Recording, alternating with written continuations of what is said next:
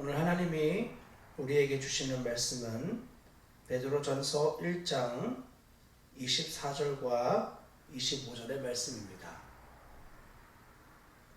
베드로전서 1장 24절과 25절의 말씀을 찾으신 분들은 우리 하나님 경외하는 마음으로 한 목소리로 말씀을 받들어 봉독하겠습니다. 그러므로 모든 육체는 풀과 같고 그 모든 영광은 풀의 꽃과 같으니 풀은 마르고 꽃은 떨어지되 오직 주의 말씀은 세세토록 있도다 하였으니 너희에게 전한 복음이 곧 이 말씀이니라. 아멘. 다시 한번 기도하고 하나님 말씀 함께 나누겠습니다. 하나님, 우리에게 오늘도 말씀하시는 주님을 바라볼 수 있는 눈과 하나님 경외하는 마음이 선명하게 회복되고 더 강건하여지는 시간이 되도록 인도하여 주시옵소서. 우리와 언제나 함께 하시는 하나님으로 인하여 충분하고 그 믿음 안에서 모든 상황과 순간을 넉넉히 감당하며 살아가는 주님의 백성이 되어지도록 더욱 일하여 주시옵소서. 하나님의 말씀이 우리가 알아야 될 모든 진리에 대하여 무엇이라 하시는지를 더 분명하게 깨닫는 하나님의 사람으로 우리를 빚어가 주시기를 간절히 바라며 기도합니다. 우리에게 은혜를 베푸사 하나님의 말씀이 더욱 주님 수준으로 알아지는 자들이 될 수 있도록 인도하시고 이끌어 주시옵소서. 그렇게 일하실 주님을 기대하오며 이 모든 말씀 우리 주 예수 그리스도의 이름으로 감사하며 기도합니다. 아멘. 새신자반 제 세 번째 시간, 인간은 누구인가에 대해서 좀 더 구체적으로 남은 것을 살펴보는 시간을 가지려고 합니다. 우리는 지난 시간에 인간에 대하여 함께 살펴보았습니다. 인간은 흙으로 지음받은 존재라는 것을 함께 살펴보았습니다. 그 특징은 첫 번째로 생명을 가지고 있는 것, 그리고 두 번째로 사랑하는 것, 세 번째로 정직한 것, 그리고 마지막으로 도구됨에 자신을 맡기는 것이라고 함께 나누었습니다. 흙으로 지음받은 이 흙의 네 가지의 특징이 인간 안에 고스란히 담겨져 있다면 인간은 그럼 모든 자들이 참다운 인간답게 살아가는가를 살펴보았는데 그렇지 않은 것을 우리가 잘 알고 있고 또한 하나님께서 각 인간에 대하여 어떻게 평가하시는지를 함께 살펴보았습니다. 예수 그리스도는 당시에 가장 뛰어난 교사들이었던 바리새인과 서기관들, 율법 교사들을 향하여 회칠한 무덤이라고 말씀하셨습니다. 왜냐하면 그들의 가르침에 하나님의 말씀의 생명이 담겨 있지 않았기 때문이었습니다. 그들은 자신이 세운 장로들의 유전으로서 행하는 정도의 것으로 하나님의 말씀대로 살고 있다고 착각하고 있던 자들이었습니다. 겉모습은 화려했지만 그들의 속 사람은 썩어 냄새난 채 전혀 비워지지 않은 회칠한 무덤과 같았기 때문이었습니다. 그래서 우리는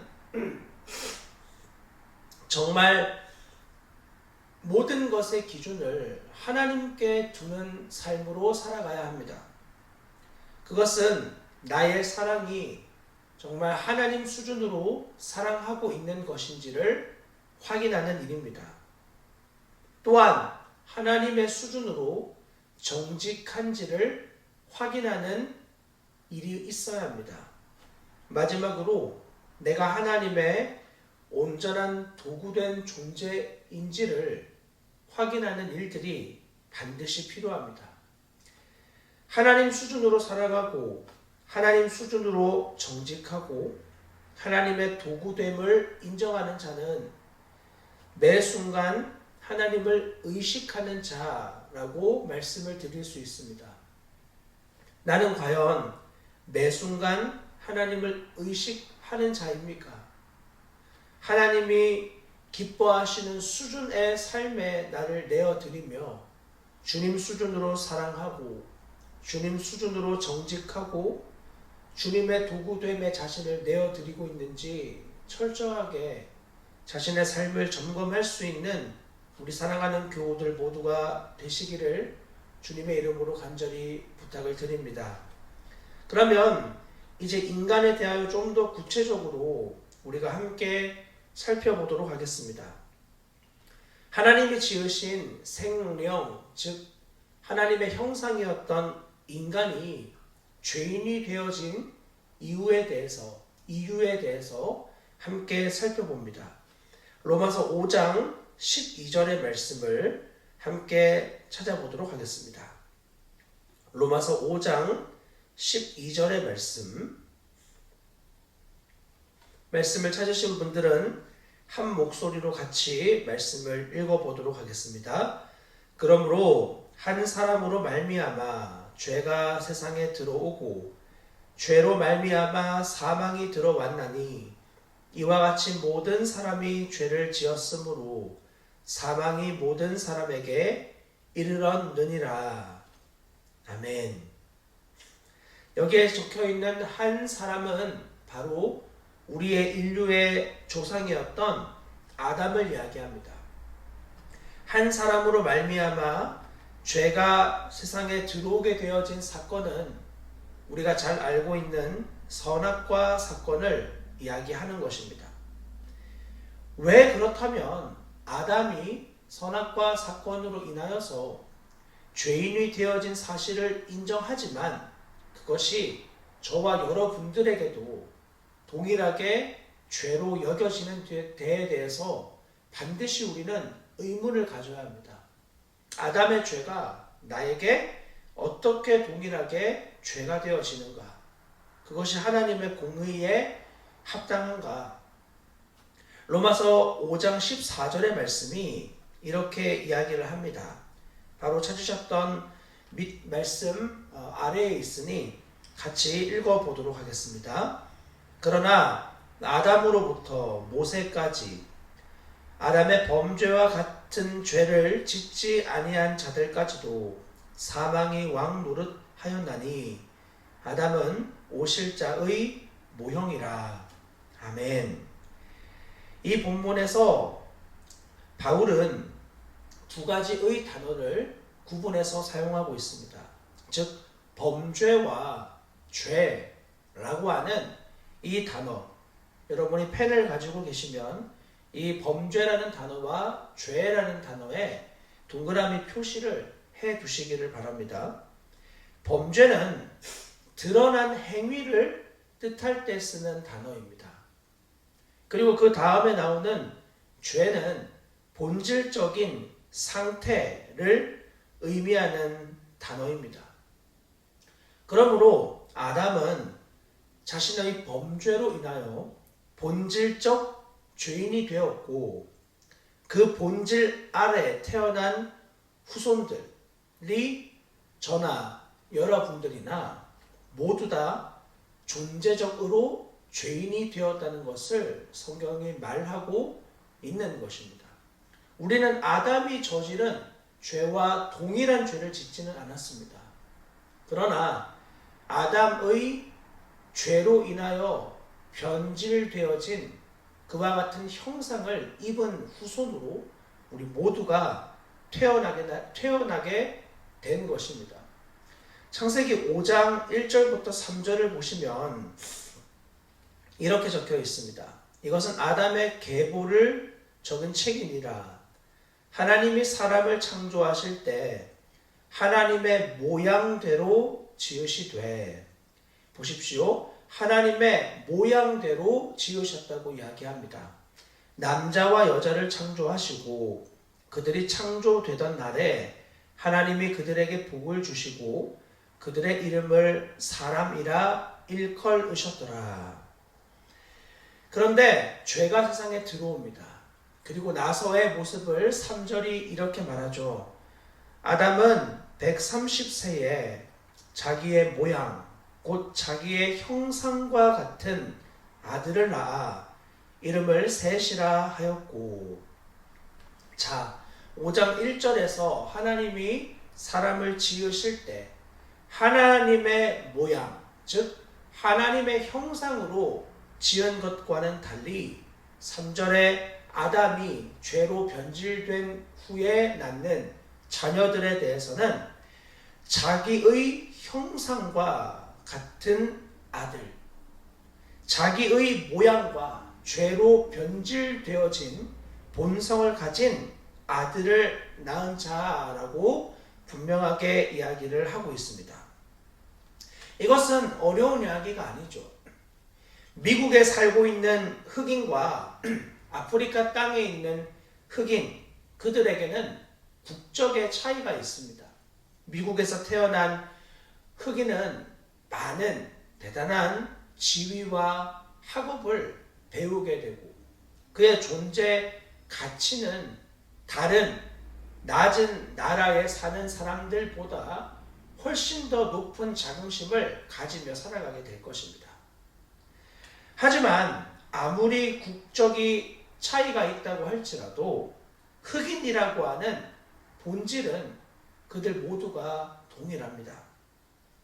아무리 도수가 다른 술이라 할지라도 같은 공장에서 다른 메이커요, 다른 도수로 찍어낸다고 해도 결국은 술 공장에서 찍어내는 모든 것은 술인 것과 같은 것입니다. 드러나는 모양이 어떠하든 우리의 본질은 동일하게 죄인입니다. 그렇다면 성경에서 말하는 본질적인 죄, 그것은 무엇인가에 대하여 말씀을 통해 좀 더 깊게 살펴보려고 합니다. 성경에서는 죄에 대하여 히브리어 그리고 헬라어 둘 다로 말하고 있는데, 카타아라고 적혀있는 이 히브리어 카타아, 이 단어는 빗나가다, 놓친다 라고 하는 카타에서 파생되어진 명사입니다. 히브리어로 죄가 카타아인데 이것은 빗나가다, 놓친다 라고 하는 카타에서 파생되어진 단어예요. 그러니까 죄는 무엇인가에 빗나가 있고 무엇인가를 놓친 것이라는 것을 가지고 있는 단어입니다.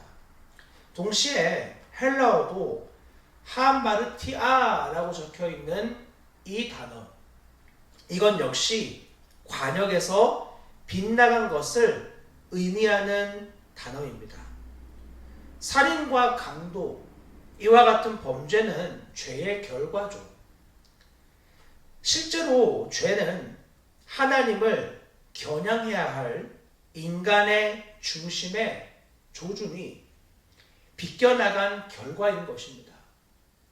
공수가 관역을 향해서 올바른 시선을 가지고 활 시위를 잡아당기는 것, 그리고 여기에서 손을 놓으면 화살이 날아가서 그 관역에 정확하게 꽂히게 되어지죠.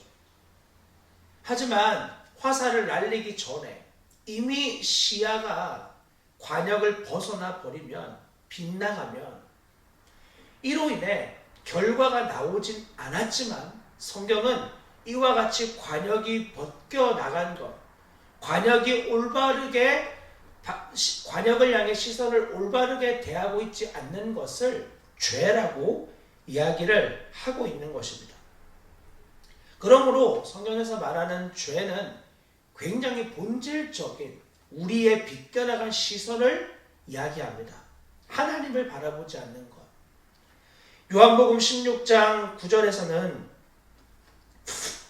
죄에 대하여라 함은 그들이 나를 믿지 아니함이요 라고 하는 주님의 말씀이 기록이 되어져 있습니다. 죄는 예수 그리스도를 믿지 않는 것이라고 이야기해요. 왜냐하면 하나님을 바라보게 해주는 믿음의 창시자이고 완성자이신 예수 그리스도, 그분을 통하지 않고는 우리로서는 절대로 그 관역이신 하나님을 바라볼 수가 없습니다. 예수 그리스도 그분을 통하지 않고는, 나로 말미암지 않고는 하나님께로 올 자가 없다는 말도 바로 이 의미예요. 올바른 관역을 보기 위해서는 우리의 노력이 아니라 그리스도를 붙드는 믿음, 그리스도를 의지하고 바라보는 믿음이 너무나 필요합니다. 그분을 믿지 않는 것은 곧 관역에서 벗어나 있는 상태를 의미하는 것이고, 그것이 얼마나 많이 벗어나 있는가, 그리고 그 관역에서부터 내가 얼마나 멀리 왜곡되어져 있는가, 이것은 하등 관계없는 문제예요. 하나님이 보실 때는, 우리 인간이 볼 때는 죄의 고절을 다룰 수 있겠지만 이미 관역에서 너무나 멀리 떨어져 있는, 그리고 관역을 향해 시선을 향하고 있지 않는 인간에 대한 하나님의 평판은 그 자체가 이미 죄라고. 그러므로 죄는 반드시 생명 안에 들어와 있고 생명과 관련된 이야기예요. 우리의 행위가 전부가 아닌 것입니다. 자, 그렇다면 인간이 어떻게 범죄를 저지르게 되었는지를, 죄가 아니라 어떻게 범죄로 나타나게 되었는지를 창세기 3장 1절부터 6절까지 말씀으로 함께 살펴보도록 하겠습니다. 말씀을 같이 한번 찾아보겠습니다. 창세기 3장 1절부터 6절까지 말씀입니다. 찾으셨으면 한 목소리로 같이 읽겠습니다. 그런데 뱀은 여호와 하나님이 지으신 들짐승 중에 가장 강교하니라. 뱀이 여자에게 물어 이르되 하나님이 참으로 너희에게 동산 모든 나무의 열매를 먹지 말라 하시더냐. 여자가 뱀에게 말하되 동산 나무의 열매를 우리가 먹을 수 있으나 동산 중앙에 있는 나무의 열매는 하나님의 말씀에 너희는 먹지도 말고 만지지도 말라. 너희가 죽을까 하노라 하셨느니라. 뱀이 여자에게 이르되 너희가 결코 죽지 아니하리라. 너희가 그것을 먹는 날에는 너희 눈이 밝아져 하나님과 같이 되어 선악을 알 줄 하나님이 아심이니라. 여자가 그 나무를 본즉 먹음직도 하고 보암직도 하고 지혜롭게 할 만큼 탐스럽기도 한 나무인지라.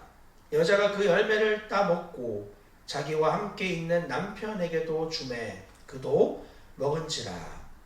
아멘. 자, 이 말씀을 보면 인간이 어떻게 범죄하게 되었는지를 아주 상세하게 알려주고 있습니다. 첫 번째는 하나님의 말씀에 대한 불신이 인간에게 찾아오는 것입니다. 창세기 2장 17절의 말씀을 보시면 이렇게 기록이 되어 있습니다. 선악을 알게 하는 나무의 열매는 먹지 말라. 네가 먹는 날에는 반드시 죽으리라 하시니라. 아멘.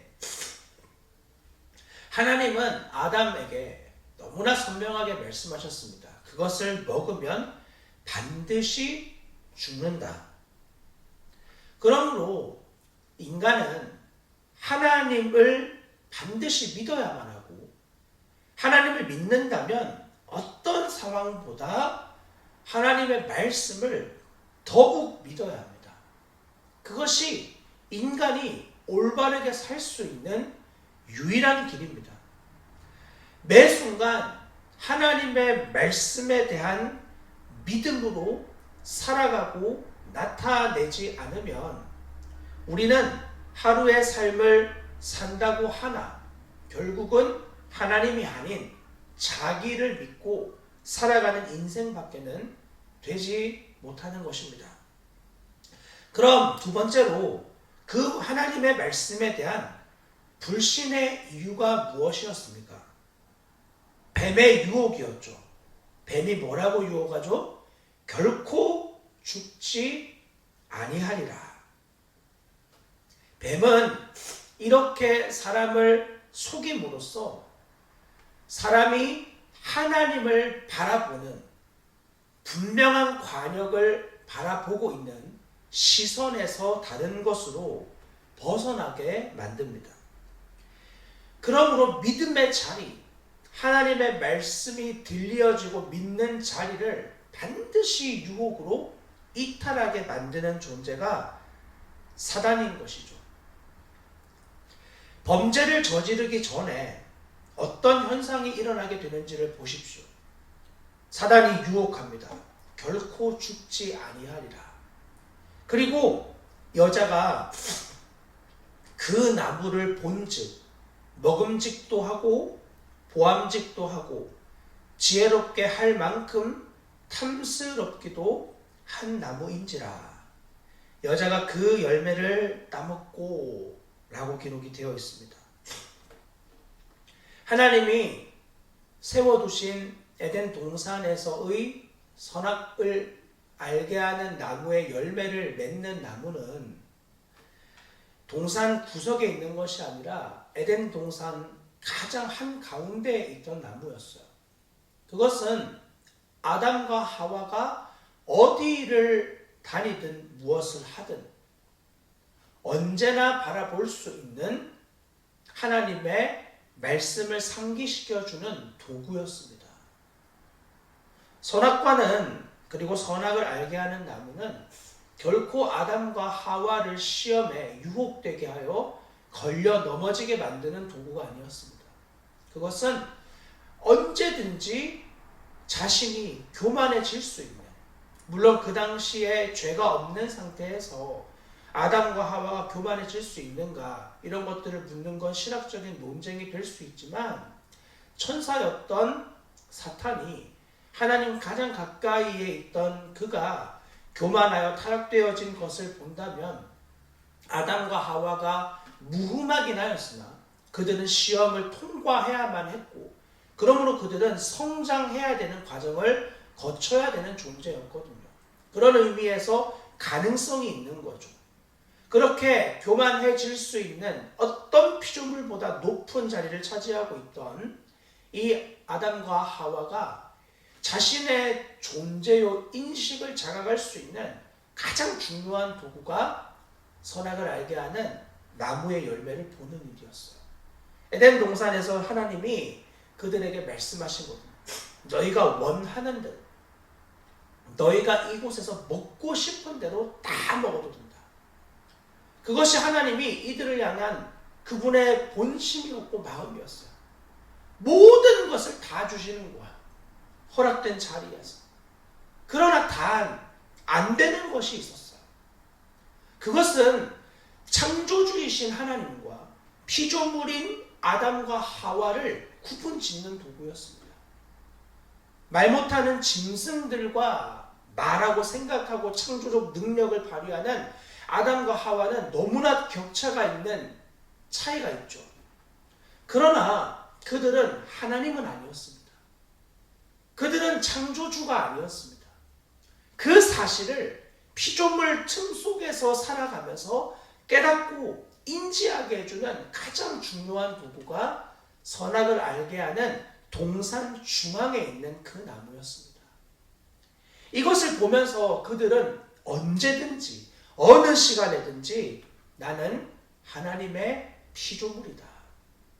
나는 하나님의 명령에 순종해야 하는 자이다.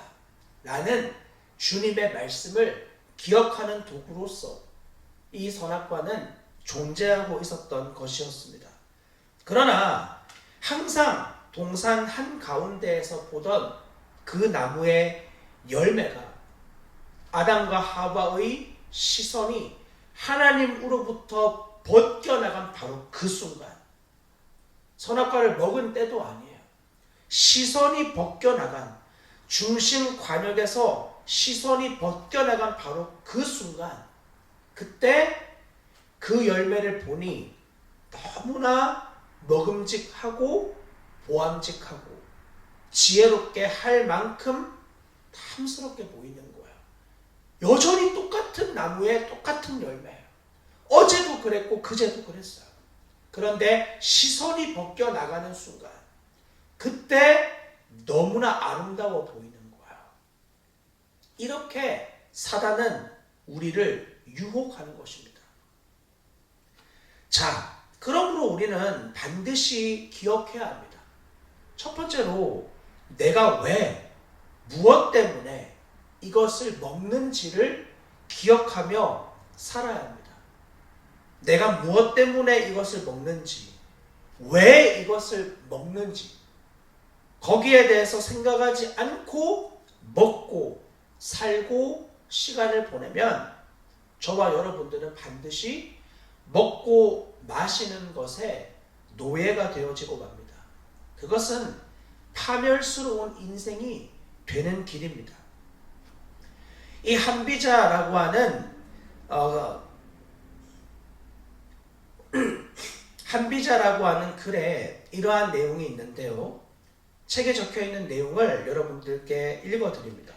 상나라의 마지막 임금 주왕이 어느 날부터 갑자기 상하 젓가락으로 식사하기 시작하자 그의 신하 기자가 이제 이 나라는 망하게 되었다며 다음과 같이 탄식하였다. 상하 젓가락으로 식사하는 자는 허술한 음식을 먹지 못한다. 반드시 산의 진미를 먹기 마련이다. 산의 진미는 질그릇이나 옹기에 담을 수 없다. 금쟁반이나 옥그릇에 담아야 한다.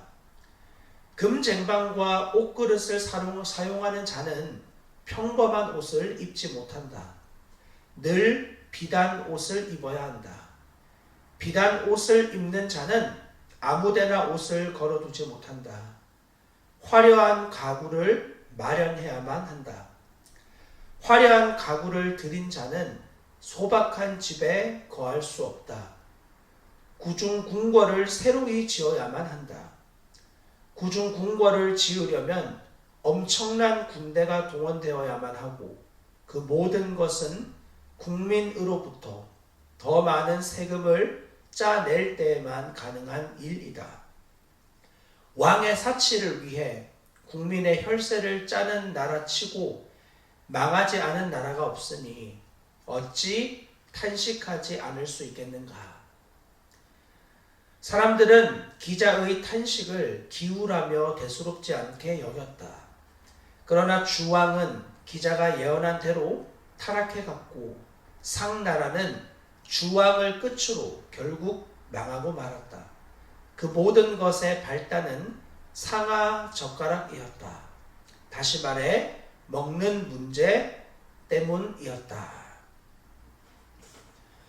우리의 먹고 마시는 일이 얼마나 중요한 것인지를 반드시 기억할 수 있는 여러분들이 되시길 주님의 이름으로 부탁을 드립니다.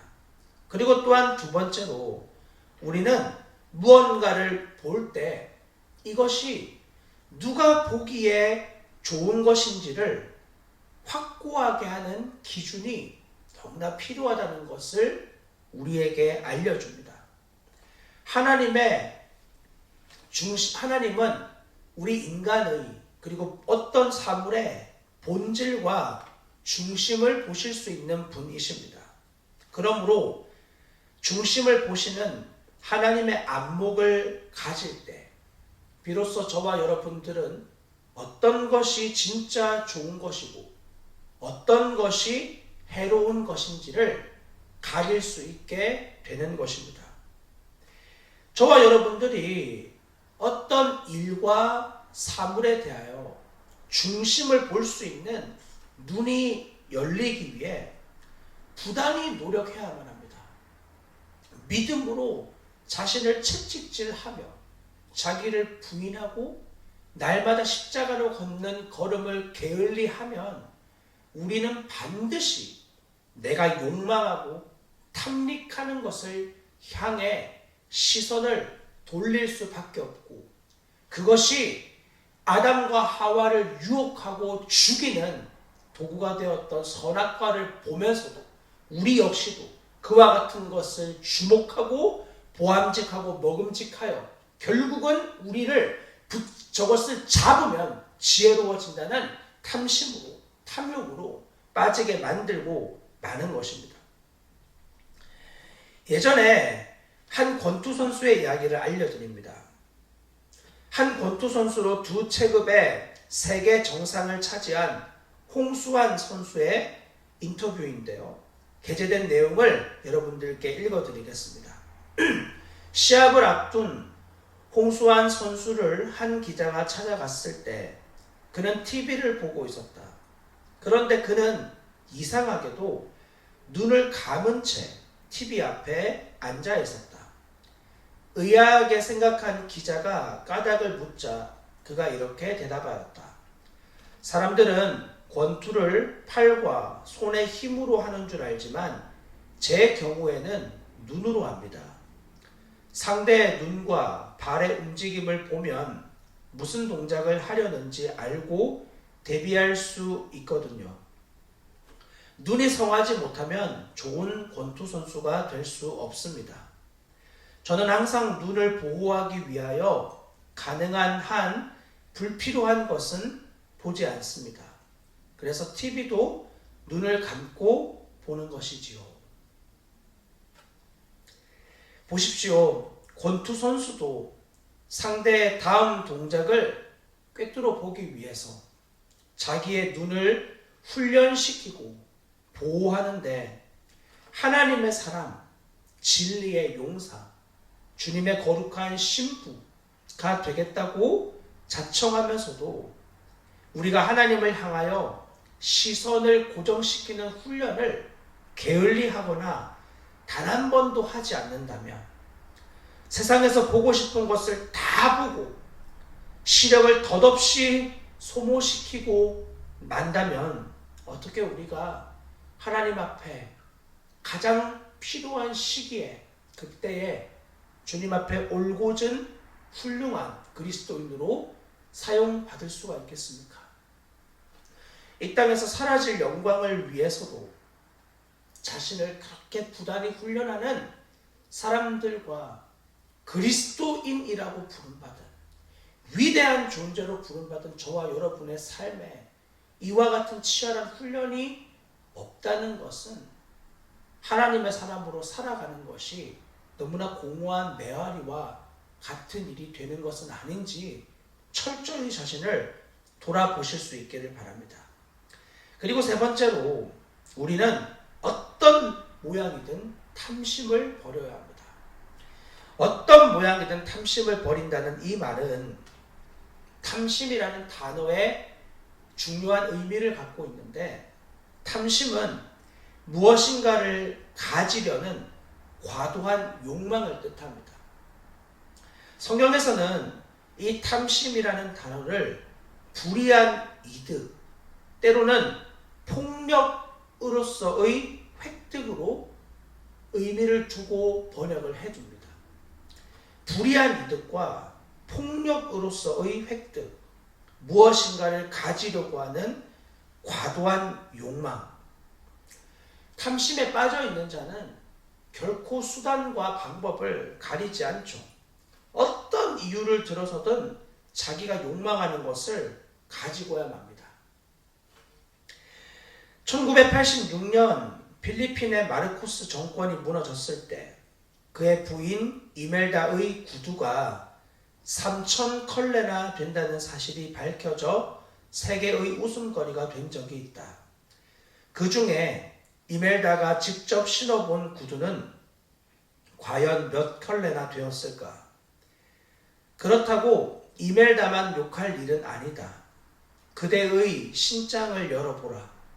지난 수년 동안 한 번도 신지 않은 신이 몇 컬레나 그냥 있지 않는가? 그대의 옷장은 어떤가? 그대가 입지 않으면서도 남 주기는 아까워 그저 걸어두기만 한 옷 역시 몇 벌이나 되지 않는가?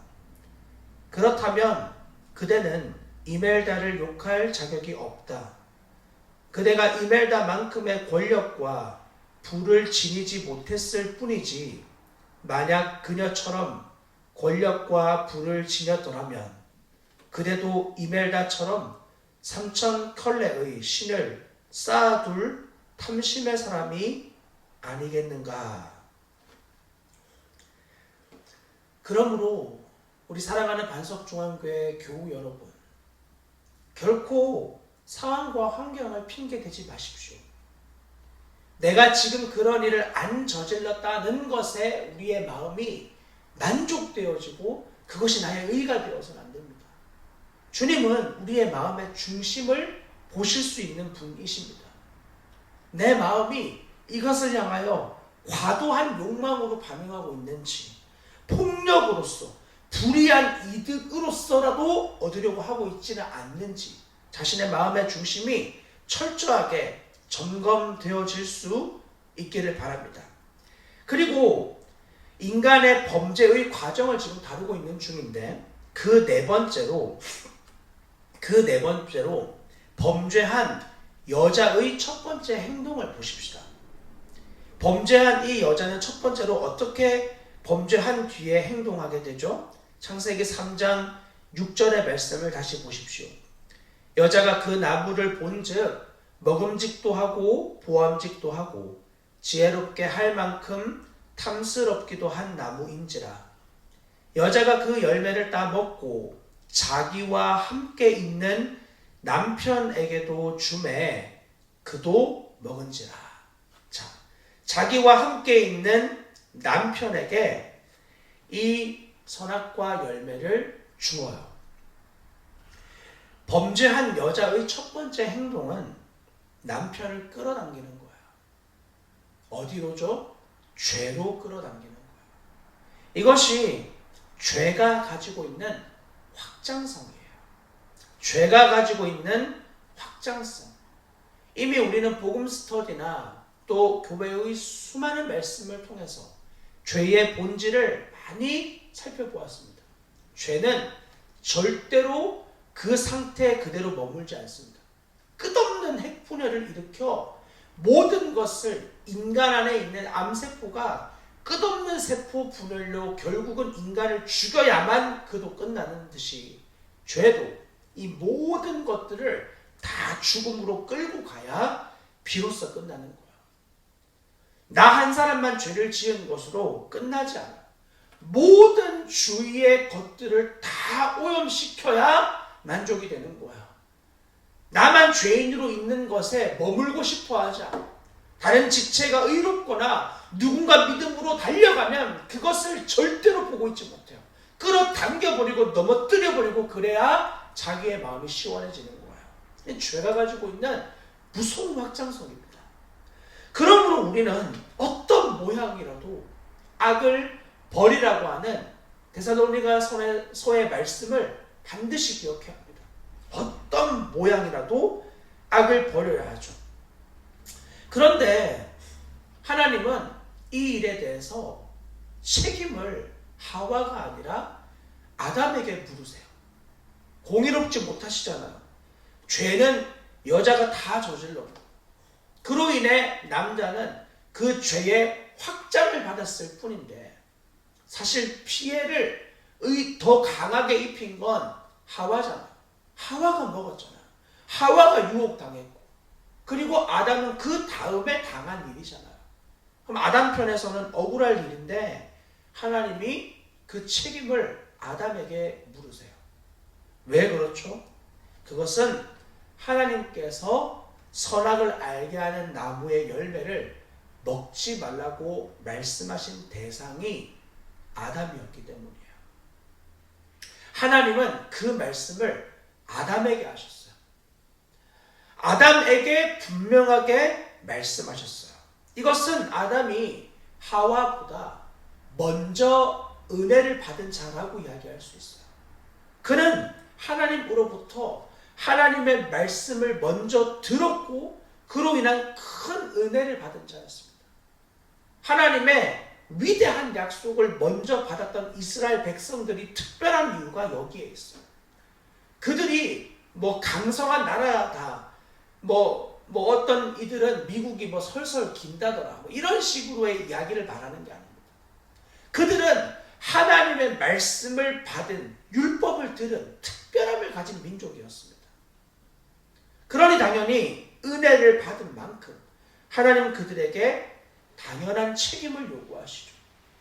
내가 하나님으로부터 큰 은혜를 받았다. 그러면 하나님은 그 은혜 받은 것에 대하여 반드시 우리에게 책임을 물으십니다. 내가 하나님으로부터 너무나 말이 안 되는 용서와 사랑을 받았다. 그러면 그 받은 은혜가 우리 안에 여전히 고여 있는지, 아니면 이것이 계속 흘러가는 통로로 쓰여지고 있는지, 거기에 대하여 주님 앞에 우리의 삶이 결산받을 때가 하루하루 지금도 다가오고 있다는 것을 늘 기억하시기를 바랍니다.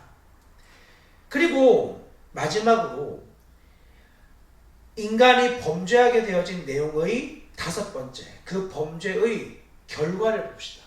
어떤 일이 일어나죠? 결국은 남자와 여자가 모두 다 선악을 알게 하는 나무의 열매를 먹었어요. 그리고 우리가 가장 먼저 읽었던 로마서 5장 12절의 말씀처럼, 그러므로 한 사람으로 말미암아 죄가 세상에 들어오고 죄로 말미암아 사망이 들어왔나니, 이와 같이 모든 사람이 죄를 지었으므로 사망이 모든 사람에게 이르렀느니라. 아멘. 이 말씀처럼 아담이 저지른 범죄는 모든 사람들을 본질상 죄인으로 만들어버리는 결과를 얻게 해요. 그런데 거기에서 또한 끝나지 않아요. 이 죄의 결과인 죽음을 값으로 받게 만들어버린 거예요. 인간이 하나님으로부터 시선이 돌려진 것만으로도 그 행하는 모든 활시위가 빗나가고 어긋나고 잘못되는 일밖에 될 수 없는데, 심지어 그 존재는 이제 죄의 삭신, 죽음에까지 이르게 되어지는 거죠. 죄의 삭은 사망이다 라고 할 때의 이 삭이라는 단어는 옵소디온이라는 단어를 쓰고 있는데, 이 말은 군인의 봉급을 의미하는 뜻이에요. 군인은 목숨을 걸고 살아가는 자들이죠. 국가를 위해서 목숨을 거는 자요. 그 목숨을 건 대가가 죽음인 거야. 누구보다 치열하게, 누구보다 전부를 들여 인생을 살았는데 그 값이 죽음이다. 그러면 정말 허망할 수밖에 없는 거죠. 그러나 이것이 우리의 인생입니다. 미친 듯이 발버둥 치며 빗나간 관역을 향해 늘 끝없는 활시위를 당기지만 궁극적으로 만족을 한 번도 얻지 못하고 매 순간을 공허함과 비참함 가운데서 삶의 의미와 목적도 알지 못하고 살아가는 인생. 물론 아주 작은 목표가 있죠. 이루려고 하는 어떤 지향점이 언제나 있죠. 그것을 이루고 나면 그 다음은, 그리고 그 다음은, 여기에 대해서 아무런 답이 없는 거예요. 궁극적인 답을 가지고 있지 못한 자는 하나의 실타래가 풀리고 나면 그 다음에 더한 실타래 앞에 좌절하게 되는 거예요. 보십시오. 우리나라에도 수능이라고 하는 가장 중요한 인생에서의 큰 시험, 그 시험의 실타래를 잘 풀었든 못 풀었든 하여간 풀고 나면 대학교의 시간을 거치게 되는데, 그때 자신이 그토록 바라는 대학에 들어가서 거기에서 진정 내가 사는 이유와 목적에 대하여 분명하게 진지하게 고민하고 씨름하는 학생들이 몇 명이나 있다고 생각하십니까? 더한 야망을 꿈꿀 뿐이에요. 그들 역시도 더한 야망을 붙들고 살아갈 뿐입니다. 그러나 그것이 영원한 것과 어떤 관계가 있습니까? 내가 이루고 싶은 꿈, 나의 야망, 내가 원하는 어떤 바램, 나의 소망, 이것이 영원에 빗대어, 아니 좀 더 작게는 인간의 궁극적인 죽음의 문제에 대해서 어떤 의미가 있습니까? 그거는 모르겠고 일단은 지금은 달릴래요. 지금은 최선을 다해서 그냥 해볼래요. 자기의 살을 갉아먹는 일밖에 되지 않아요. 열심히 할수록 그 마음은 더욱 공허하기 마련입니다. 자, 그렇다면 저와 여러분들에게 성경의 선언은 분명합니다. 죽을 수밖에 없는 존재죠. 우리의 존재는 죽음을 향해서 지금도 나아가고 있고 죽을 수밖에 없는 존재라는 것을 성경이 분명하게 선언하고 있습니다. 모든 사람이 이 범주 안에 들어있어요. 창세기 4장 26절의 말씀을 보시면 이렇게 기록이 되어 있습니다. 한번 같이 찾아볼까요? 창세기 4장 26절의 말씀입니다. 찾으셨으면 한 목소리로 같이 읽겠습니다. 셋도 아들을 낳고 그 이름을 에노스라 하였으며 그때 사람들이 비로소 여호와의 이름을 불렀더라. 아멘. 에노스라고 하는 이 이름의 뜻은 깨어지기 쉬운, 그리고 죽을 수밖에 없는 존재라는 뜻이에요. 깨어지기 쉬운, 그리고 죽을 수밖에 없는 존재. 우리 인간의 본질이에요. 우리 모두가 다 에노스와 같은 자예요. 죽을 수밖에 없는 존재. 에노스는 그때 자기의 존재를 인식하고 그리고 그때에 사람들이 비로소 여호와의 이름을 부르기 시작해요. 왜냐하면 내가 얼마나 깨어지기 쉬운 존재인지, 내가 얼마나 나를 근거로 할 수 없는 자인지, 그리고 내가 죽음을 향하여 하루하루 내딛고 있는 죽을 수밖에 없는 존재라는 사실을 깨달은 사람, 바로 이 사람이 하나님을 찾게 되는 거예요. 내 손에 힘이 있고 나에게 가능성이 있고 내가 뭔가 특별한 능력이 있다면, 그냥 일반적으로 내가 조금만 힘쓰고 애쓰면 이 정도는 할 수 있다는 생각을 가지고 있다면 그 영역에서는 절대로 주님을 여러분들은 찾지 않을 것입니다. 하나님은 저와 여러분이 모든 부분에서 우리의 생명이 죄로 오염된 자라는 사실을 인식하기를 원하세요. 병든 자에게 의사가 필요하다는 말은 그 병은 단순한 하나의 질병을 뜻하지 않습니다. 그 병은 말 그대로 생명에 왔다 갔다 하는 위중한 상태를 뜻해요. 의사가 아니면 절대로 고칠 수 없는 위중한 상태. 그러한 자에게 주님이 필요한 거예요. 더더욱 필요한 거죠. 자기의 완전한 병듦, 자기의 완전한 오염됨을 깨달은 자, 내가 조금만 노력해볼까, 애써볼까, 고칠 수 있지 않을까, 그런 가능성이 완전히 끝난 사람, 그가 의원이신 예수 그리스도, 그리고 하나님을 찾고 부르게 되어지는 겁니다. 우리 사랑하는 반석중앙교회 성도 여러분, 여러분의 지금의 시간을 지내오면서까지 우리는 얼마나 우리 스스로가 깨어지기 쉬운 존재이고 죽음을 향해서 하루하루 살아가고 있는 자인지를 많이 깨닫지 않았습니까? 다양한 사건을 통해서 하나님이 우리에게 말씀해 주시고 알려주시지 않으셨습니까? 그렇다면 이제 우리의 그 비참한 절망을 소망으로 바꾸는 자리로 나아가야 합니다. 에노스라고 하는 자기의 존재의 인식을 한 사람, 그때 사람들이 비로소 여호와의 이름을 부른 것처럼 내가 절망하고 비참함이 드러난 바로 그 지점, 그때 나의 소망 끝났다. 나의 가능성 끝났다. 내 힘으로 안 된다.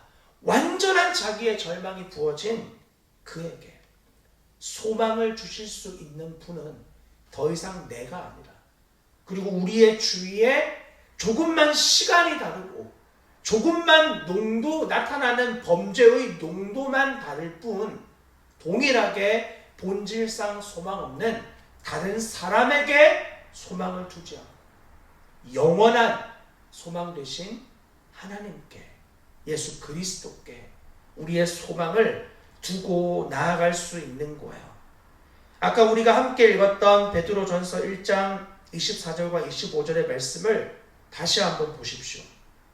그러므로 모든 육체는 풀과 같고 그 모든 영광은 풀의 꽃과 같으니 풀은 마르고 꽃은 떨어지되 오직 주의 말씀은 세세토록 있도다 하였으니 너희에게 전한 복음이 곧 이 말씀이니라. 여러분, 복음은 하나님의 말씀이래요. 그분의 변하지 않는 신실한 약속. 이것이 오늘도 우리에게 유일한 소망이 되어지는 거야. 나의 절망, 나의 비참함, 나의 실력 없음, 나의 가능성 없음. 그래서 나는 정말 하루를 살아도 너무나 비참한 죽음을 향해서 나아갈 수밖에 없는 자라는 자기 인식 앞에 완전히 무너져 버려. 내가 아는 모든 것이 내가 원치 않는 결과를 빚어낼 수밖에 없는 허망한 존재라는 사실을 깨달은 바로 그 자리에서 우리는 진정한 복음이신 하나님의 말씀 앞으로 나아가야 돼요. 그것만이 우리가 살 길이며, 그것만이 가장 절망적인 상황에서 우리의 모든 가능성이 끝난 자리에서 소망을 일으키는 유일한 주님의 대안이라는 것을 이곳에서 예배하는, 또 온라인으로 예배하는 여러분들 모두에게 깨달아지고 마음에 확증되어지고 진정한 소망이신 하나님께로 나아가는 마음을 열고 그분을 온전히 받아들이는 은혜가 있기를 주님의 이름으로 간절히 부탁을 드립니다. 기도하도록 하겠습니다. 하나님, 우리에게 주의 은혜를 베풀어 주십시오. 하루를 미친 듯이 달려가며 살아가지만